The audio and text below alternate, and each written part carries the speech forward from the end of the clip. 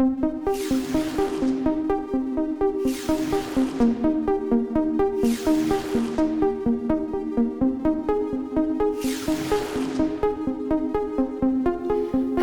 I'm Dr. Mary DeRaedt. Welcome to a special episode of Care for Creatives Conversations.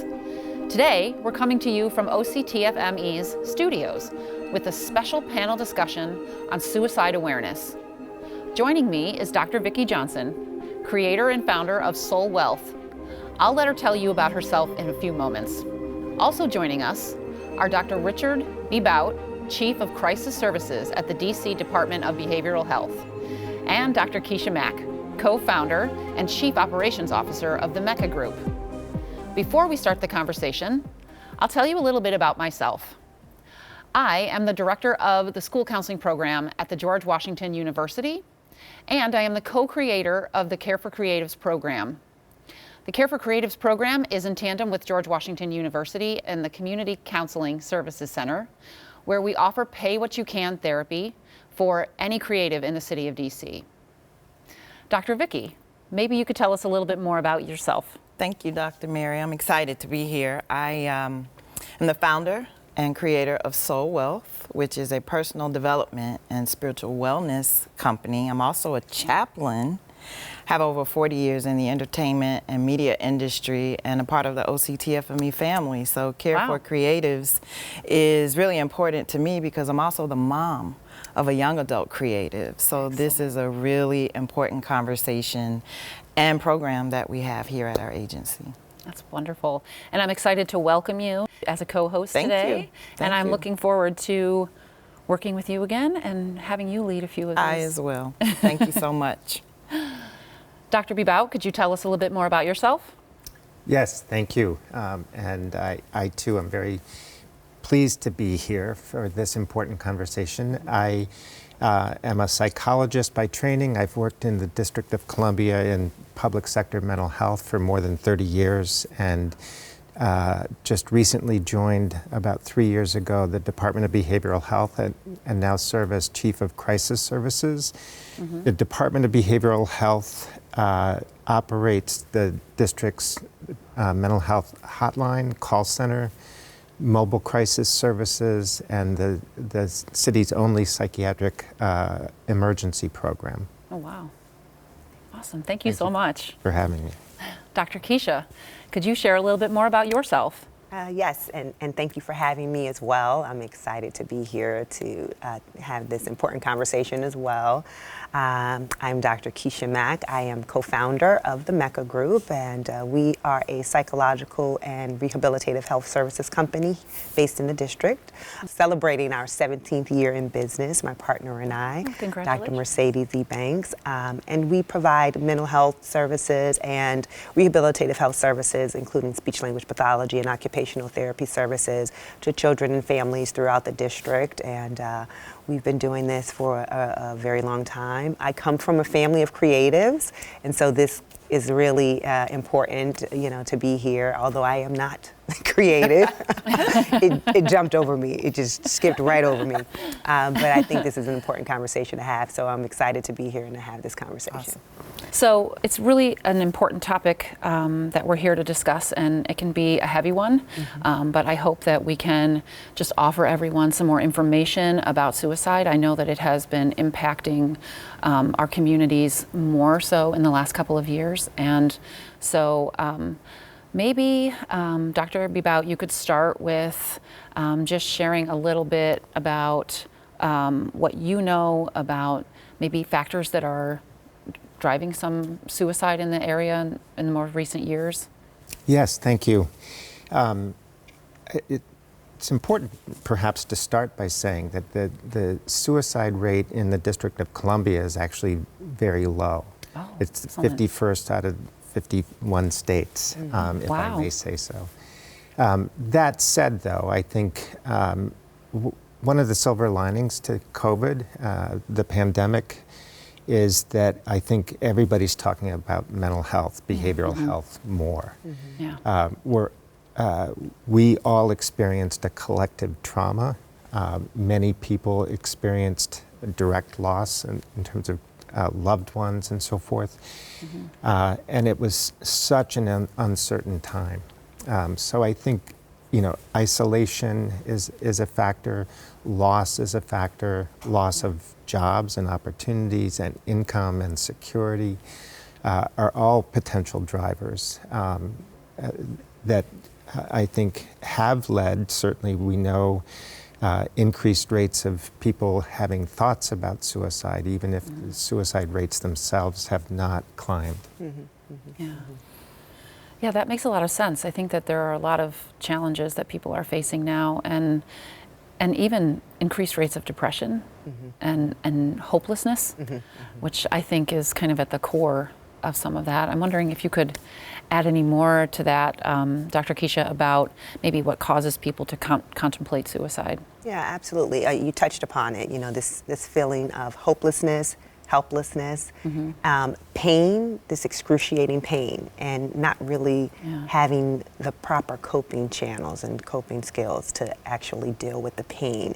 And even in some cases when they have those skills, it's still not providing the relief that they're searching for. Yeah. And so that causes them to want to find a way out. And although it's not, the most rational or the best choice, in many instances this is what I feel that I have to do in order to relieve this pain. And they don't really see another way out of the pain that they're experiencing. They just want it to go away. Yeah. Yeah, I mean, I think we can all kind of relate to that idea of like feeling like if this pain isn't ending, right? The pain sometimes feels like it's just going on and on. And, one of the more interesting things I read recently was that emotional pain and physical pain are almost identical experiences in the body, neurologically. And they're so interconnected that we just get this sense that they're so totally different, but they really feel the same and can feel like such a weight. And I wonder, Dr. Vicki, if you could add anything with your spiritual background about maybe some of the factors that you see contributing. Well, the isolation definitely had a factor. When it comes to a person's spiritual practice, what I found, the isolation was definitely really hard over these last 3 years, not being able to congregate at least that one time a week from a spiritual perspective. So a lot of people felt spiritual desolation, if I can call it that, not really having the fellowship of other people that believe the same thing, that want the same things. And I would love, Dr. Keisha, if you could just talk a little bit more about the pain, because I heard that a lot. And for people who don't really understand that part, it's like, get over it. It's not that simple. And I had a good friend who is also a spiritual leader. This conversation is common among spiritual leaders, those of us who people come to, right? But when she shared with me about the pain, she said, Vicki, it is literal, physical pain that the only thing that makes it go away is sleep. And sometimes, she said she had thoughts of just sleeping away. Can you talk about that, just to center us and what that really is? Because I think that's a misunderstood factor when it comes to suicide and suicide awareness. Yeah, it's a, and I haven't necessarily experienced it in the same way as someone who's contemplated suicide, but someone who has experienced clinical depression myself, I can share what I experienced with regard to the pain. It's a heaviness that you can't really describe, and it feels crushing, and so you don't necessarily know how to put words to it, but it does feel heavy, and it's like a crushing feeling, and it's weighty, and nothing that you do helps to relieve that feeling. So it's not a matter of just getting over it, because you wake up every day and that's what you feel immediately when you wake up. This crushing, heavy, burdensome feeling that no matter what you do, it doesn't necessarily go away. So I think that's what a lot of people experience. But having, getting treatment, going through therapy, in some cases medication, because depression, which is what this is about a lot of times is this depression. Once it reaches a level of clinical depression, the brain chemistry is changing. And so that impacts a lot of things, your energy level, your motivation, your appetite, all those things change. And so that's where, medication can assist with that. Medication will help me get up every day to go see my therapist if I need to do that. Medication will help me get up and go exercise, get those endorphins to help me feel better. But, that pain is it's like a weight. It's like a really, really heavy weight that they may be experiencing. Thank you for describing that. Yeah. I think it's important not only for responders and family members and people who love people who are dealing with this to understand, but I also think it's important for creatives, especially since that's who we're talking about, and to know if they feel that. Yeah. What to do, and that it's not just a figment of my imagination, but I need some help. Yeah. And that's what I really wanted to highlight. Yeah. No, I think you said it. Treatment works. Yes, absolutely. Treatment works, Yeah. but we know that people delay for years from the beginning onset of symptoms for a whole range of psychiatric disorders. Yeah. People delay getting treatment, and that has an enormous cost to people in terms of the richness of their lives, relationships, and so forth, but also I'd like to show pictures, scans of brains. They're not a figment of your imagination. I can show you a picture of somebody with depression and somebody that doesn't have depression. And I don't know what it means, all of the colors and so forth, but they're strikingly different. Somebody with schizophrenia, or somebody who is addicted, or somebody who is positive for post-traumatic stress disorder. Those brains look different. And I think, again, pleased that we're talking about it, because I think, stigma keeps people from seeking treatment. Absolutely. Yeah. And it causes those delays. And the idea that there's mental health and then there's real health, or mental health care and real health care. Right. We just have to get rid of it. And I think that, again, recognizing that these are brain-based conditions and that treatment works is the biggest hope and gift we can give to our community. That's a great new hashtag. Treatment works. Treatment works. I mean, just to normalize it, that's a great hashtag. Absolutely, because it can help you overcome. I think one of the biggest steps is that step to get help. Yes. And it kind of leaves me thinking about family and friends, because oftentimes people who are in this place, the first people they talk to are family and friends. And I'm wondering if any of you would be willing to kind of jump in and share any advice or suggestions to people who may have someone in their family that they're worried about, or who has expressed that to them. If I may, Sure. one of the most destructive myths about suicide is that if I talk about it, it'll make it worse. And people, we don't know as professionals, family members don't know how to fix it. But being present to somebody, just asking them, are you okay? I'm worried about you. That connection is the very best antidote that we have. You don't have to figure it all out. Be present and be able to listen, but simply naming it or talking about it doesn't make it more likely. Right. And I also think, take it seriously. It's not attention seeking. I think oftentimes you hear that they're looking for attention, that they don't really mean it. But anytime someone talks about suicide or talks about ending their lives, it should be taken very seriously.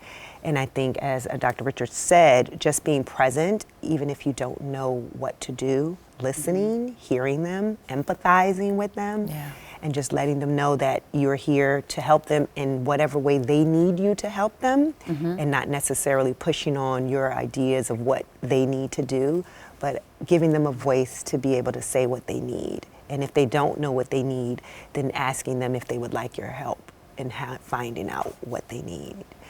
But listening is very important. Feels like an opportunity to just emphasize that I mentioned the DBH operated call center. We are the district's 988 affiliate, which was formerly the National Suicide Prevention Lifeline, now the 988 Suicide and Crisis Lifeline. Right. Dialing 988 anywhere in the country will get you to a trained crisis counselor for phone support. And back to your earlier question, if you're worried about somebody, family members or friends can also call and That's a great idea. get advice and get coaching about sort of how to approach a family member or a loved one, as well as to learn about what the resources are in that location. That's a great suggestion. Maybe another hashtag. We need to, like 988, make sure that that's available to people who, we tend to think, give those numbers to people who are maybe experiencing suicidality, but family members need that extra support as well. Yeah. It's a really good idea Absolutely. and suggestion.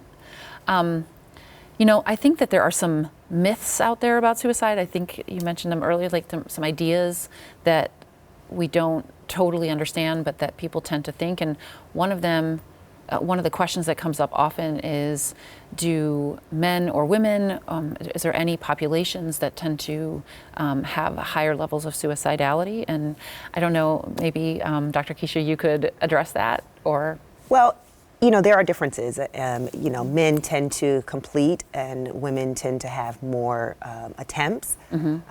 But I think, you know, there's research that shows that part of it is related to, with men, the choice that they make when they are committing or attempting. It's typically it's lethal. They'll use firearms, hanging. Whereas women are less lethal in most cases. You know, there may be overdose or, you know, cutting of the wrist to potentially bleed out. So that may be where some of the difference comes from. And there's also research that examines intentionality.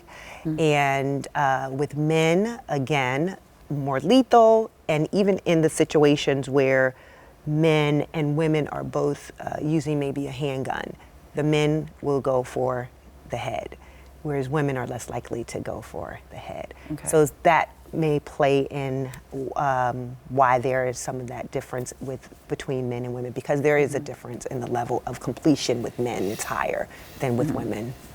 And I don't know if you have any. No, I think the lethality of the method that people select has a big impact on that.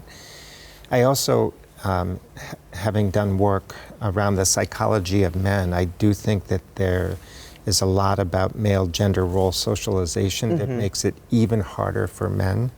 Not that it's easy for women who are in pain, Right.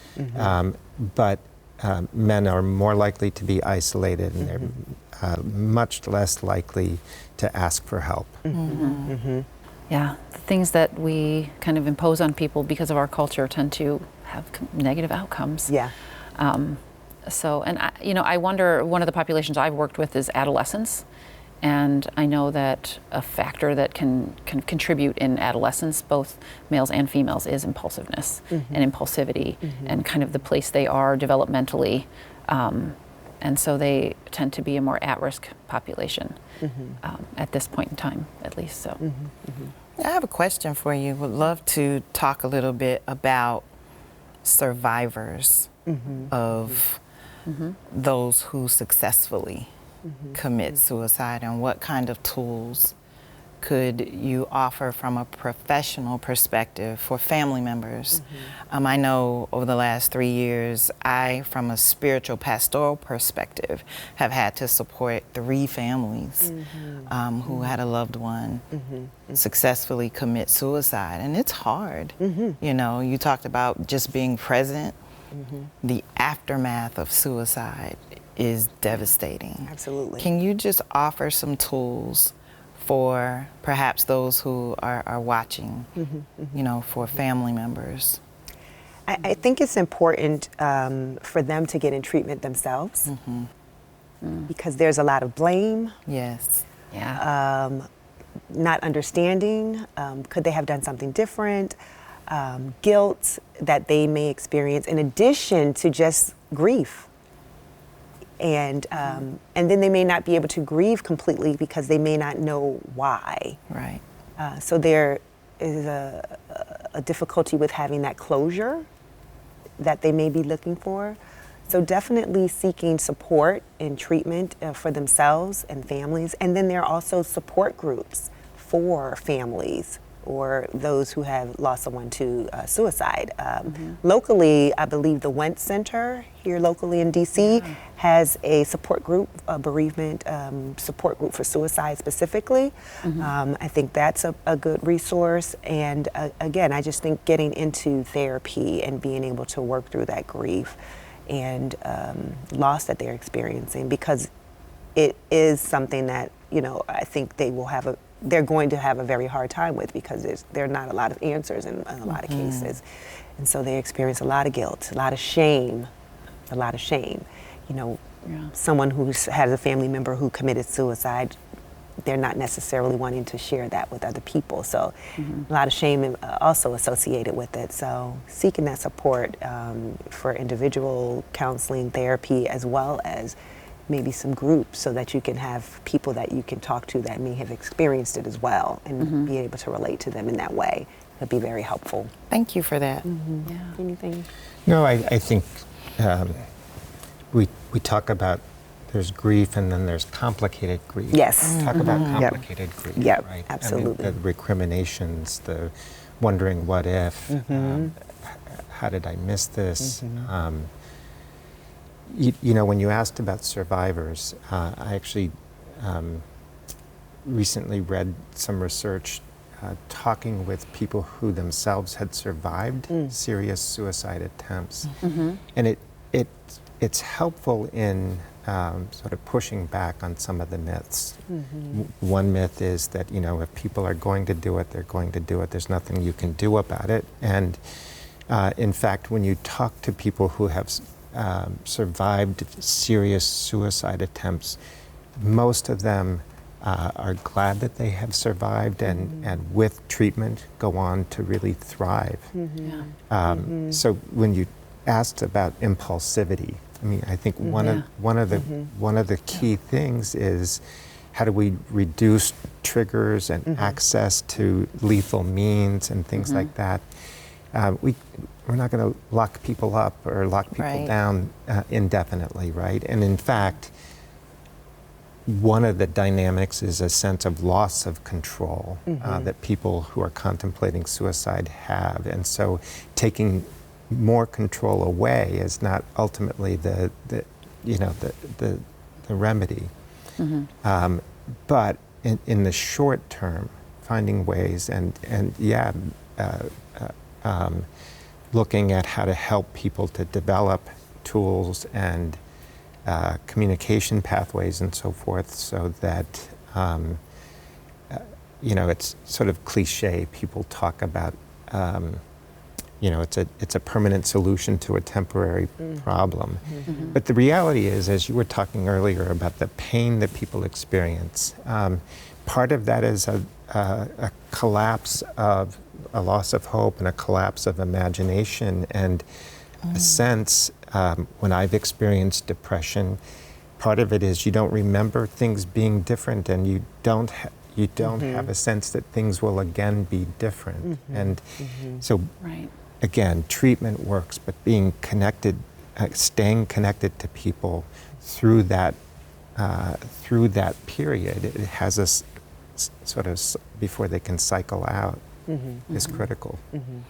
Yeah, first of all, I just love listening to both of you, all three of you. I feel like there's just so much wisdom here for people. And as we're sitting here talking about families and survivors, and in either one of your experience, has there been there's a list of things that people tend to do where they're kind of demonstrating that they might have some suicidality going on. And I'm wondering, in your experience, if those lists, or if things have proven true where you had some indicators that people might be feeling that way, things to look out for, things to pay attention to.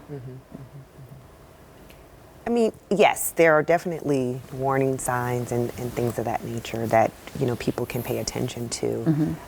Just as we were talking about, you know, depression, feeling hopeless, feeling helpless, actually saying, I don't want to be here anymore. Or, you know, you won't have to worry about me anymore, making statements such as that.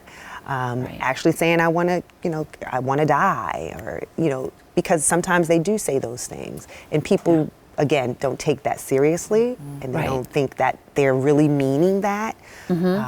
But they should be taken seriously. In some instances, a person going from being really depressed, and then all of a sudden, they're happy, and there's no real explanation.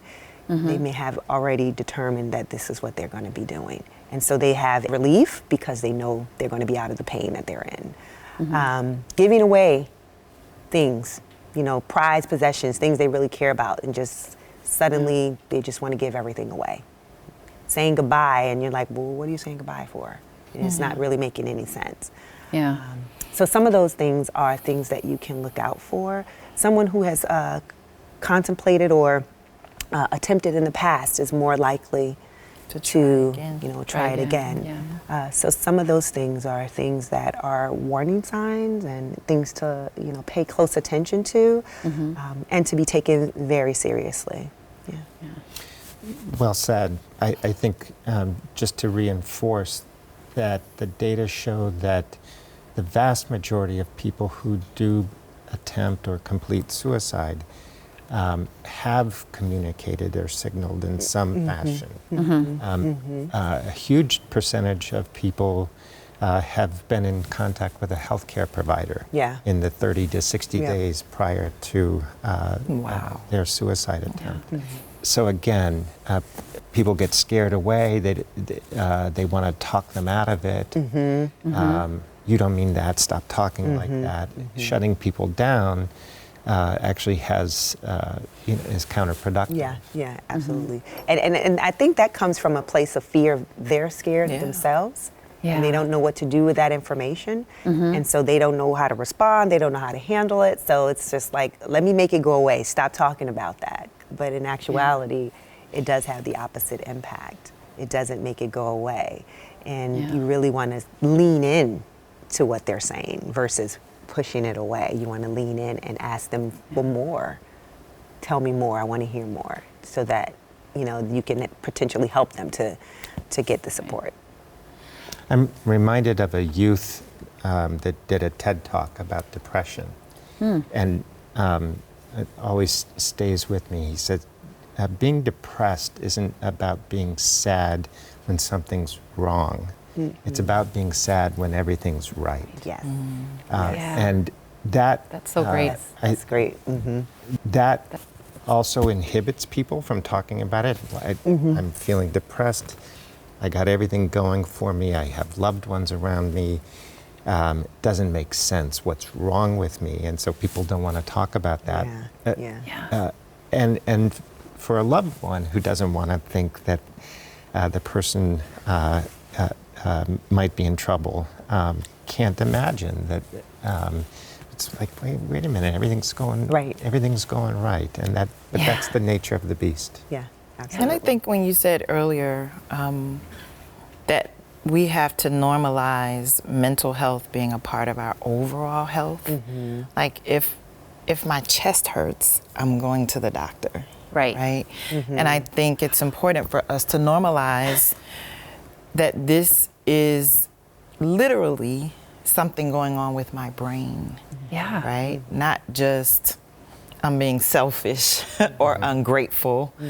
And I think it is also the power of working and collaborating our spiritual health with our mental health, with our physical health. Like that integration, that whole health piece is so important because it then normalizes something's off.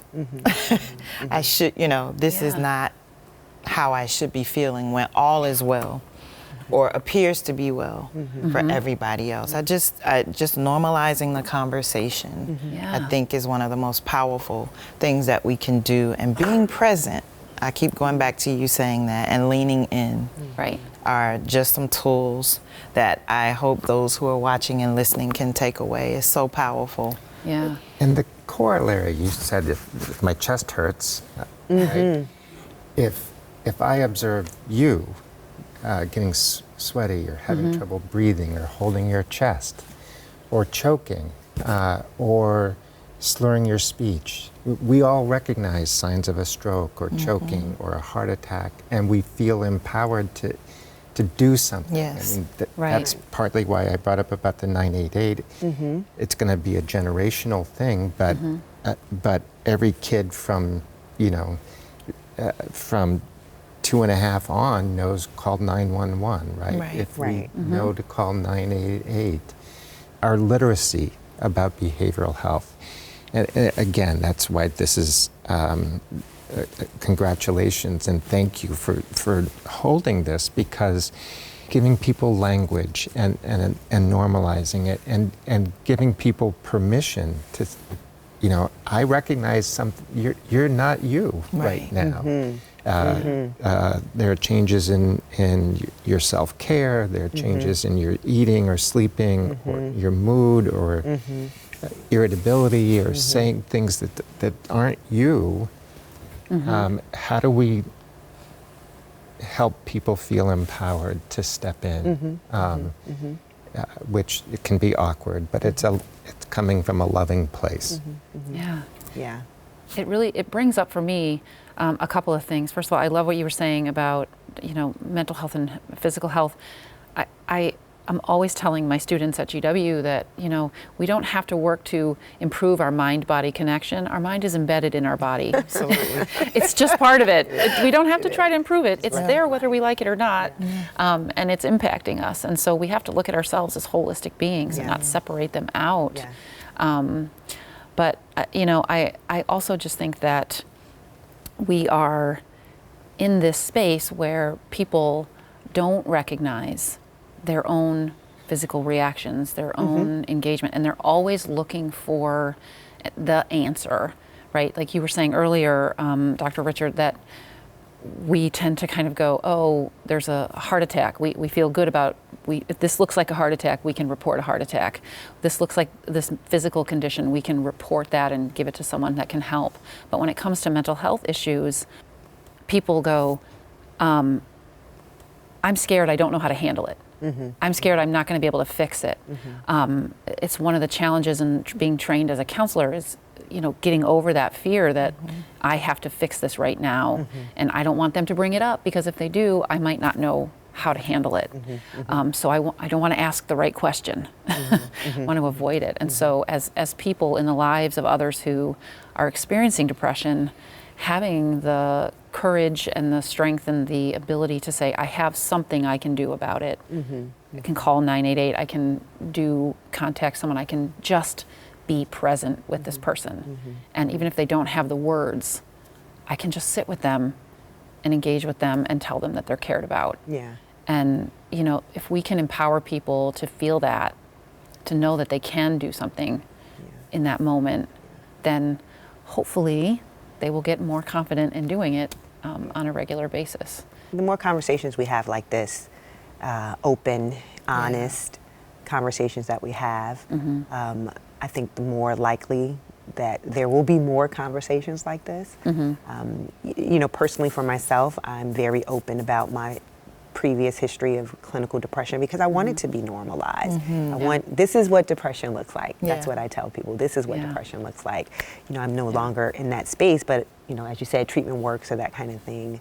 But I want to have those open conversations, and I don't feel any shame or any negative way about it. But if I can share my experience with you, and you can see how things are on the other side, that might give you a bit of hope. But people have to be willing to have these conversations and being open to this dialogue. And so the more we do it, the more likely I think we will see the change that we're hoping to see and that we're all trying to make when it comes to mental health. Yeah. And as a mom of a creative, Yeah. I really applaud Care for Creatives and just this container, if you will, for this conversation. Being in the industry as long as I have, you know, there is a list of creatives, artists that we can all name. You know, and because I'm in this space is probably why it's so resonant of that dark place. And, you know, most recently, we all were impacted by, you know, Twitch's sudden suicide.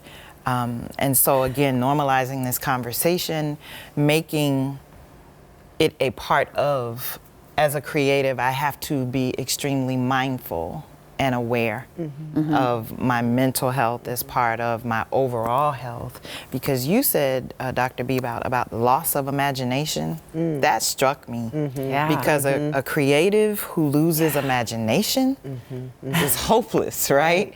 Right. So this is just great. I'm sure this is part one of probably 10, so get ready. Yeah. Hopefully. But yeah, for the creative, this is just really powerful, and hopefully it becomes a model, you know, for us to continue this conversation. I think it's important for people to really be in tune with themselves. We experience a lot of time outside of ourselves, and really focus on everything around us. And not necessarily ourselves and what our body is experiencing, what feelings we have. And so I think it's really, you know, the mindfulness, really being present to yourself and being connected with yourself. And that's a way for individuals to really recognize what they're experiencing, because sometimes people don't know that they're feeling depressed or down. They don't know what it is, but something just feels off. So really being in tune with what your body feels like, what your mind feels like when it's feeling good, and then, you know, what it feels like, when it's not feeling good, when it's off, so to speak.